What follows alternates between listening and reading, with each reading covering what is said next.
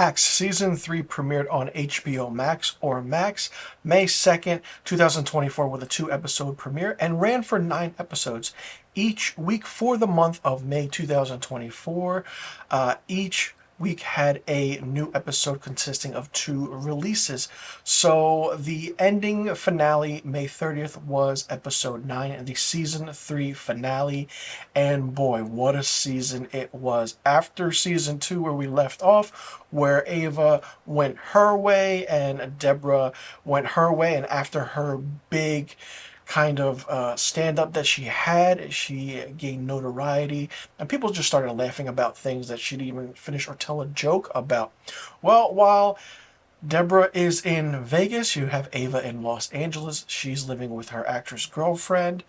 But then the whole entirety of this season 3 storyline is Deborah getting the late night gig, which was passed on earlier in her career, and she kind of does a kind of stand-in or guest host during when one of the hosts are sick, and we see the ups and downs of her career, and all she wants is this late night show by being the first woman, the first comedic woman, the first blonde white woman to have a late night talk show.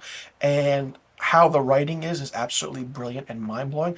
Probably my favorite season so far of Hacks.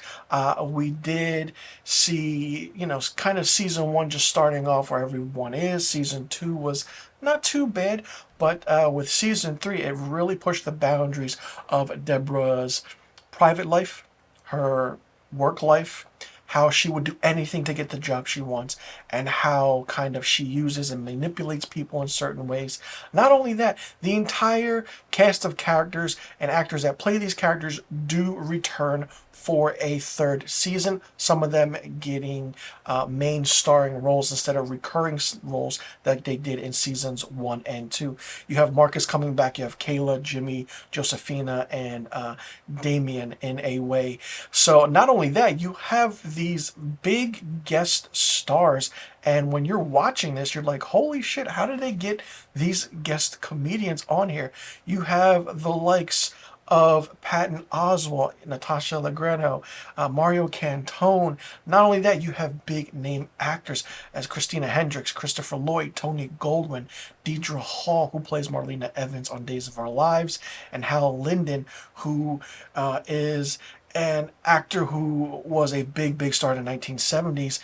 He plays Biff Cliff, one of the executive producers who kind of, in a way, passed on Deborah's late night role and earlier in her career, but there is a reason why. Not only that, you see Deborah coming to terms with her sister and trying to make up for things after what her sister did to her. And it's just up and down. You have, it's kind of a relevant story. We have aspects of the racism, you have the woke culture, you have certain aspects of how Deborah can do certain things and how it kind of backfires on her in a way, but somehow she still comes out of it. Each episode runs between 27 to 38 minutes long, with each episode having a recap. And this is a phenomenal show. I don't know why this isn't being talked about more. I waited until all the episodes were out, and then I figured why not binge watch it, because it's a half-hour series, 9 episodes. Can't get any better than that. Jean Smart is phenomenal as Deborah Vance. Hannah Eibender is great as Ava, and the entire supporting cast is great. Not only was I surprised by the supporting actors coming in and the cameo appearances, I want more. And this was fun. The emotional aspect and roller coaster is there. You see Deborah and Ava coming closer together, and then you see the comedic light. You see the aspect of how these writers on this show know how to put a punchline, and all of a sudden it's dramatic. Or they have a tense moment with drama, and then it turns to comedy. The comedy drama, the dramedy aspect to it, it just works so well. The acting is great, the emotion is great. It's just fun how everything works. And if you're a fan of the show, you'll follow along with the storyline and understand what's happening and what's going on. And it just it just works. It just works because you don't have a show like this that isn't out like what they talk about with the aspect of how certain things Deborah does or certain aspects of what Ava does. Not only that, the really forefront storyline is about how comedians shouldn't kind of apologize for jokes they did way, way back in the day, but then have to apologize for it now because today's culture feels offended by it when they weren't even around to hear those jokes back then. There is an episode on that as well, but jokes are jokes. If you can't take it, then why laugh? Like Deborah said in this, jokes are jokes. If you don't know what jokes are, then stop. It's comedy. It's supposed to be funny. People need a sense of humor. That has gone out the window in today's culture, and this show touches on that tremendously in season 3, and it's really, really good they do that. The great thing about this is after season 3 ended, it was renewed for a 4th season. So we're getting a 4th season of Hacks. Very curious to see how that's going to happen and how everything comes together. You put it in a blender.